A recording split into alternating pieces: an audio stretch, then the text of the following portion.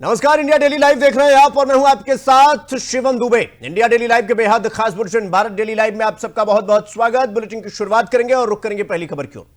कोटा के इंद्र विहार में एक 3 मंजिला बिल्डिंग अचानक गिरने से बड़ा हादसा हो गया।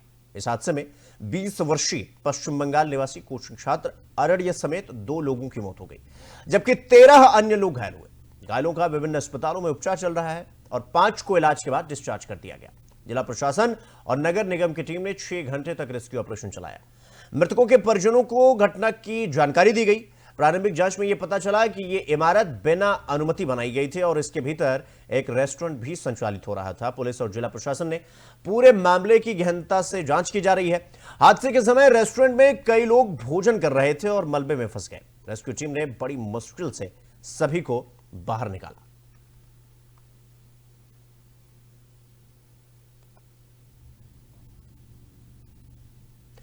तो नोएडा के सेक्टर 144 में एक निर्माणाधीन बिल्डिंग साइट पर अचानक शटरिंग गिरने से बड़ा हादसा हो गया। इस दुर्घटना में साइट पर काम कर रहे 3 मजदूर शटरिंग के मलबे में दब गए। मौके पर पहुंची पुलिस ने घायलों को तुरंत अस्पताल पहुंचाया, जहां इलाज के दौरान 2 डॉक्टरों ने 2 मजदूरों को आपको बता दें कि 2 मजदूर जो है वो मृत घोषित कर दिए गए। हादसे के बाद पुलिस ने कार्रवाई करते हुए निर्माण साइट के सुपरवाइजर और ठेकेदार को गिरफ्तार कर लिया। मामले की जांच की जा रही है और लापरवाही के कारणों का भी पता लगाया जा रहा है। आज दिनांक 8 फरवरी 2026 को थाना 142 क्षेत्र के अंतर्गत एक निर्माणाधीन बिल्डिंग में काम करते वक्त शटरिंग का काम करते वक्त जो स्कैफोल्डिंग्स थे उसमें गिरने की वजह से 3 लोग को चोट आई, जिसमें तुरंत उपचार के लिए पास अस्पताल में तुरंत तत्काल पुलिस टीम द्वारा ले जाया गया, जिसमें इलाज के दौरान 2 लोग संदर्भ में 2 लोग को पुलिस ने पूछताछ हिरासत में लिया गया है। कोई लॉ एंड ऑर्डर की समस्या नहीं, अनविधिक कार्य। तो कर्नाटक के विजयपुरा जिले में उस वक्त अफरा तफरी मची जब रेड बर्ड कंपनी का एक प्राइवेट जेट मंगलुरु गांव के पास खेत में क्रैश हो गया। हादसे में विमान में सवार कैप्टन और एक प्रशिक्षु पायलट गंभीर रूप से घायल हो गया।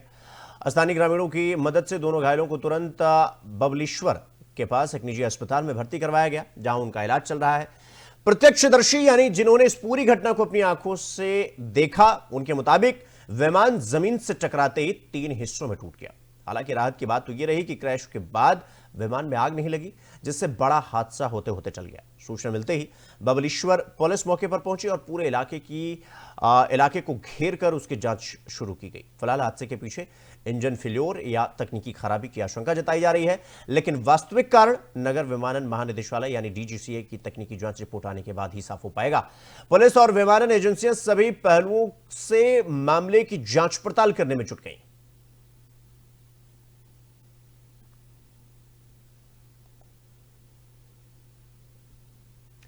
तो पीलीभीत के थाना माधो टांडा क्षेत्र से गोवंश के साथ क्रूरता का सनसनीखेज मामला सामने आया। दरअसल तराई इलाके के बरुआ फजूलगंज गांव में 2 लोगों ने गाय को लाठी से बेरहमी से पीटा और फिर पुलिया के नीचे उसे फेंक दिया। इस अमानवीय घटना का वीडियो सोशल मीडिया पर तेजी से वायरल हो रहा है, जिससे इलाके में भारी नाराजगी देखी जा रही है। घटना के बाद हिंदू संगठनों ने थाने पहुंचकर कड़ा विरोध जताया और आरोपियों के खिलाफ सख्त कार्रवाई करने की मांग की। संगठनों का यह कहना है कि गाय के साथ की गई यह क्रूरता बेहद निंदनीय है और दोषियों के साथ किसी भी प्रकार की ढिलाई नहीं बरती जानी चाहिए, उनके खिलाफ सख्त कार्रवाई होनी चाहिए। पुलिस ने मामले की गंभीरता को देखते हुए 2 नामजद आरोपियों के खिलाफ मुकदमा दर्ज कर लिया है। हालांकि आपको बता दें कि गिरफ्तारी अभी फिलहाल उनकी नहीं हो पाई है। पुलिस का कहना है कि वीडियो के आधार पर जांच की जा रही है और जल्द ही आरोपियों पर कार्रवाई भी की जाएगी।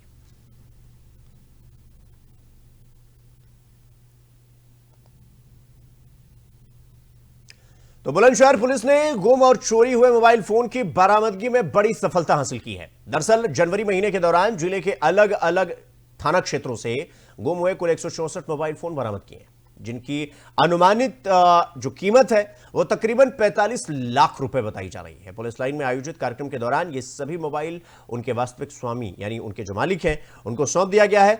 पुलिस अधिकारियों ने बताया कि यह कार्रवाई लगातार चलाया जा रहा है। विशेष अभियान के तहत इस पूरे कार्रवाई को चलाया जा रहा है। अपर पुलिस अधीक्षक ने बताया कि मोबाइल रिकवरी में कोतवाली नगर बुलंदशहर पहले स्थान पर रहा, जहां से 26 मोबाइल फोन जब्त किए गए, जबकि खुर्जा नगर थाना दूसरे स्थान पर रहा, जहां से 20 मोबाइल फोन बरामद हुए। पुलिस ने आम जनता से अपील की है कि मोबाइल गुम या चोरी होने की स्थिति में भारत सरकार के CER पोर्टल पर तुरंत रिपोर्ट दर्ज कराएं, जिससे मोबाइल की रिकवरी और दुरुपयोग को रोका जा सके। देखिए, आप जानते ही हैं कि हर महीने हम लोग जो पिछले महीने में जितना बरामदगी होती है उसको अगले महीने के संडे को वितरित करते हैं। उसी क्रम में इस महीने हम लोगों ने 164 मोबाइल जो विभिन्न कंपनियों के हैं उसको बरामद किए थे, जिसकी कीमत लगभग 45 लाख से ऊपर की आंकी गई है। उसको आज सभी लोगों को सूचित करके और पुलिस लाइन में उनको वितरित किया गया। लोगों ने काफ़ी खुशी जाहिर की, क्योंकि कई लोगों ने उम्मीद छोड़ दी थी। कुछ लोगों को तो बहुत जल्दी मिल गया, लेकिन कुछ को मिलने में थोड़ा टाइम लगा, 2-3 महीने लगा। तो मैं आप लोग के माध्यम से सभी से अनुरोध भी कर रहा हूं कि अगर जब भी किसी का मोबाइल गिर जाए, खो जाए, तो उसे किसी भी नज़दीक के थाने पर जा करके, वैसे तो खुद भी अपने पोर्टल पर भी अपलोड कर सकते हैं, लेकिन अगर उनको नहीं ठीक से हो पा रहा तो किसी भी नज़दीक के थाने पर जा करके जो हमारी साइबर सेल है वहाँ से CIR पोर्टल पर उसको अपलोड करा दें, जिससे रिकवरी में हमें जब भी कहीं भी चलता है तो सूचना मिल जाती है और सुविधा हो जाती है। इस पर हमारी SP क्राइम साहब की और हमारी सर्विलांस की टीम लगातार लग के काम कर रही है और उसमें देख रहे हैं कि उत्तरोत्तर लगातार वृद्धि होती जा रही है। तो हमारी पूरी बुलंदशहर की जनमानस से अनुरोध है कि जैसे ही मोबाइल खोता है उसको तत्काल जो है स्वयं CIR पोर्टल पे इधर किसी थाने पे जा करके उसको सूचना दे दें, जिससे डिटेल वहाँ पे वो भरवा देंगे इनका, और जैसे ही वो कहीं पे चलता। तो महोबा जनपद के पनवाड़ी थाना क्षेत्र में उस समय हड़कंप मचा जब राष्ट्रीय राजमार्ग यानी नेशनल हाईवे के किनारे एक पेड़ से अज्ञात युवक का शव लटका हुआ मिला। दरअसल हरपालपुर झांसी रोड पर बैंदो मोड़ के पास सुबह राहगीरों ने शीशम के पेड़ से लटका हुआ शव देखा, जिसके बाद इलाके में सनसनी फैल गई।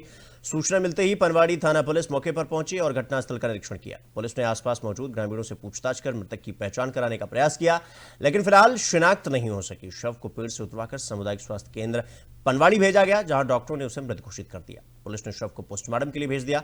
प्रारंभिक तौर पर मामला आत्महत्या का लग रहा है, लेकिन पुलिस किसी भी पहलू को नजरअंदाज नहीं कर सकती और मौत के सही कारणों का खुलासा पोस्टमार्टम रिपोर्ट आने के बाद हो सकेगा।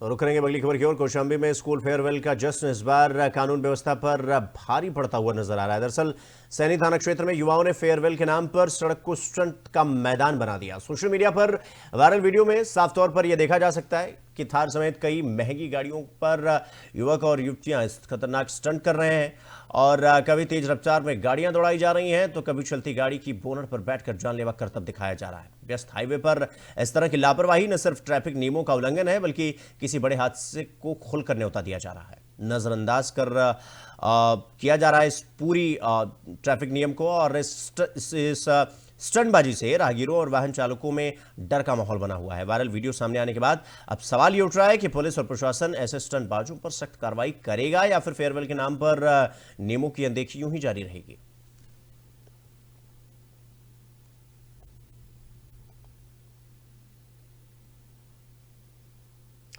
वहीं लखीमपुर खीरी में देर रात एक ऑटो अनियंत्रित होकर पुलिया से टकरा गया और पलट गया। इस भीषण हादसे में 4 लोगों की ऑन द स्पॉट यानी मौके पर ही मौत हो गई, जबकि 5 लोग गंभीर रूप से घायल हो गए। सभी घायलों को तत्काल जिला अस्पताल भेजा गया, जहां उनका इलाज चल रहा है और कुछ की हालत नाजुक बताई जा रही है। हादसे की सूचना मिलते ही पुलिस मौके पर पहुंची और मृतकों के शवों को पोस्टमार्टम के लिए भिजवा दिया गया।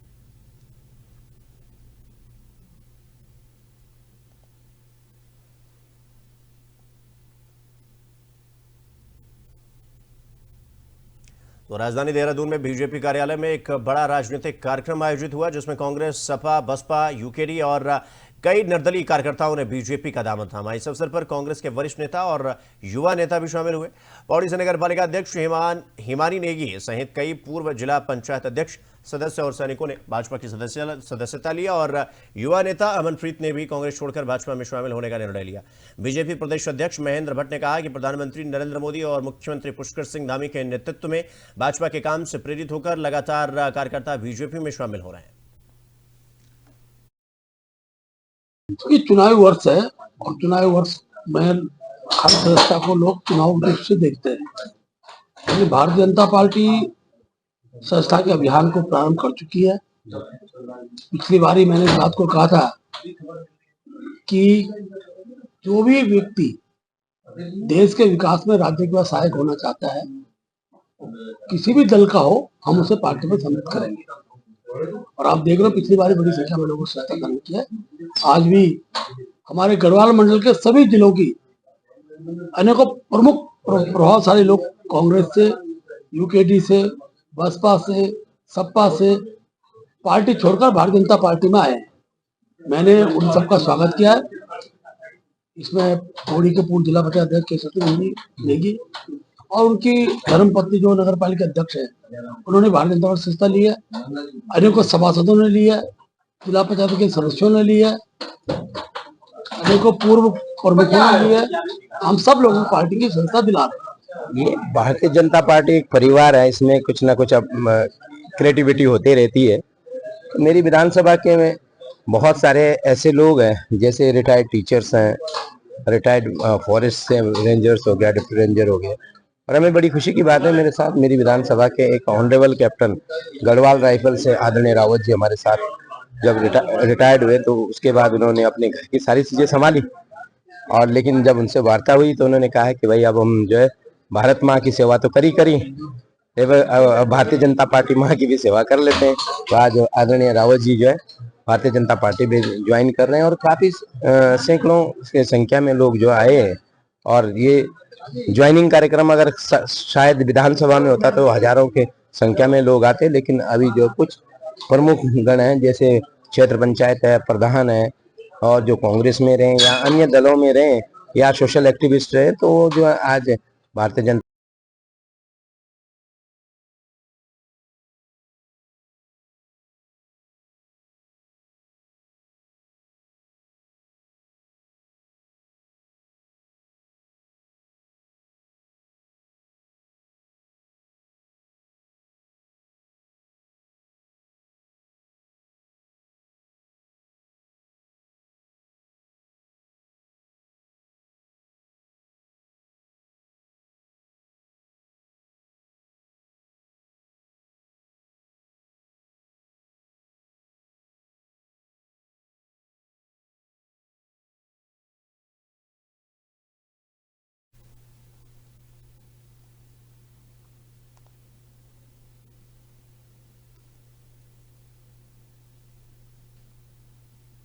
रुक रहे अगली खबर की ओर। बुलंदशहर के खुर्जा क्षेत्र में ई रिक्शा की बैटरी में अचानक विस्फोट होने से एक ही परिवार के 5 लोग घायल हो गए। यह हादसा नेहरूपुर क्षेत्र में उस समय हुआ जब ई रिक्शा चल रहा था। विस्फोट की चपेट में रोशनलाल, हिमांशु, मीनाक्षी, अंजलि, रोहित और एक नवजात शिशु भी आए। राहगीरों ने तुरंत घायलों को नजदीकी अस्पताल में पहुंचाया। गंभीर रूप से घायल 3 लोगों को बेहतर इलाज के लिए हायर मेडिकल सेंटर रेफर कर दिया गया।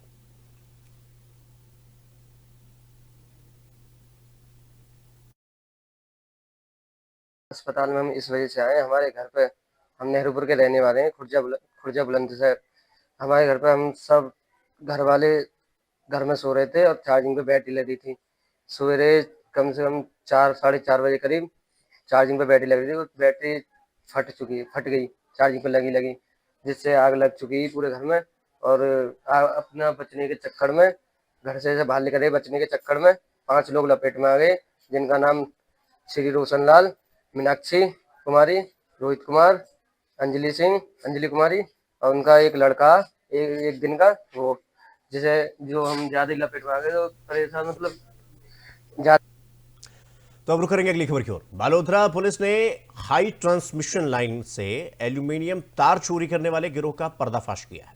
थाना पचपदरा के तहत चलाए गए विशेष अभियान ऑपरेशन अश्ववेग में 3 आरोपियों को गिरफ्तार किया गया है। पुलिस की निशानदेही पर करीब 6 क्विंटल एल्यूमिनियम तार बरामद किया गया है। साथ ही चोरी में इस्तेमाल की गई बिना नंबर की फॉर्च्यूनर गाड़ी भी जब्त की गई। ये तार फतेहगढ़ से ब्यावर तक बिछाई जा रही 765 केवी हाई ट्रांसमिशन लाइन के नवातला क्षेत्र से चोरी किया गया था। पुलिस अधीक्षक रमेश आईपीएस ने बताया कि अभियान के तहत जिले में संपत्ति संबंधी अपराधों पर अंकुश लगाने की कार्रवाई लगातार की जा रही है। फतेहगढ़ ब्यावर का जो लाइन चल रही ट्रांसमिशन लाइन, वहाँ का चोरियों का शिकायतें आ रही थी और इसी के चलते हमने एक बड़ा खुलासा किया है। 3 व्यक्तियों को गिरफ्तार किया है और 6 क्विंटल जो तार एल्यूमिनियम तार है उसको हमने बरामद भी किए हैं और एक जो बिना नंबरी फॉर्च्यूनर गाड़ी जो यूज़ करते थे उसको भी हमने जब्त किया है और गंभीर आरोप में जो धारा में हमने एफआईआर दर्ज करके जांच जारी है। और ये इसका साथ साथ पहले भी 4 दिन पहले हमने गीड़ा में भी एक बहुत बड़ा खुलासा किए थे, जिसमें जो हाई टेंशन वायर का भी चोरी का मामला में आया था, उसमें भी 2 लोगों को अरेस्ट करके और इनको नियमानुसार कार्रवाई की। तो 6 क्विंटल जो है हाई टेंशन तार जो कि बिछाने के लिए रखा हुआ था, लेकिन उसको चोरी किया, बिना नंबर की फॉर्च्यूनर की गाड़ी में उसको रखा और फिर वहां से चंपत हो गए। मतलब इस पूरे खुलासे से एक चीज तो पता चलती है कि जिस तरह से ऑपरेशन अश्वमेध में 3 आरोपी गिरफ्तार किए गए हैं, इससे साफ तौर पर पता लगता है कि किस तरह से जो हाई टेंशन बिजली के तार हैं, एल्यूमिनियम के तार हैं, ये महंगे बिकते हैं और इसीलिए इन तारों को निशाना बनाया गया, इनको वहां से उठाया गया और बिना नंबर प्लेट की फॉर्च्यूनर गाड़ी में उनको रखा गया और फिर वहां से लेकर के उनको बेच दिया जाता था। हालांकि ये गाड़ी भी है जिसको हम आपको दिखा रहे हैं, फॉर्च्यूनर गाड़ी। इसी में देखिए किस तरह से जो एल्यूमिनियम के तार हैं जो कि बिछाने के लिए वहां पर पहुंचे हुए थे, मतलब 765 किलोवाट हाई ट्रांसमिशन लाइन के ये तार हैं एल्यूमिनियम के, और इनको बेच के इस तरह से पैसा जुटाने की, कमाने की जो शिद्दत है वो इनको जेल के सलाखों के पीछे ले जाकर अब धकेल दी। ये वो आरोपी हैं जिन पर जो है बिजली के तार चोरी करने का आरोप लगा है और ये फॉर्च्यूनर गाड़ी है जिससे ये बिजली का तार चोरी किया करते थे। हालांकि बलोत्रा में हाई ट्रांसमिशन तार का ये पहला मामला नहीं है, इससे कई मामले पहले भी आ चुके हैं जहां पर हमने देखा है कि किस तरह से इन तारों को चुराया जाता है, उनको बाजार में एक कीमत पर उनको बेचा जाता है और अच्छा खासा मुनाफा कमाया जाता है। और तमाम आरोपियों के खिलाफ पुलिस ने अभियान चलाया और अब इस अभियान के तहत इन सब की गिरफ्तारी हुई। यानी कि पुलिस को पहले ही इस बात पर शक था, संदेह था कि बिजली के तार उठाए जा रहे हैं, चोरी किए जा रहे हैं और फिर उनको मार्केट में जाकर उसी वैल्यू पर उसको बेचा जा रहा है। और इसी वजह से बलोत्रा में ये हाई ट्रांसमिशन लाइन्स का जो तार चोरी हुआ उसको लेकर पुलिस शक के बिना पर, संदेह के बिना पर ऑपरेशन चलाती है और ऑपरेशन में ये जो आरोपी हैं ये एल्यूमिनियम के तार के साथ एक फॉर्च्यूनर, बिना नंबर प्लेट की फॉर्च्यूनर के साथ इनको गिरफ्तार किया गया है। हालांकि इनको गिरफ्तार करके अब जेल भेजा जाएगा और फिर आगे की कार्रवाई करने में पुलिस जुट जाएगी।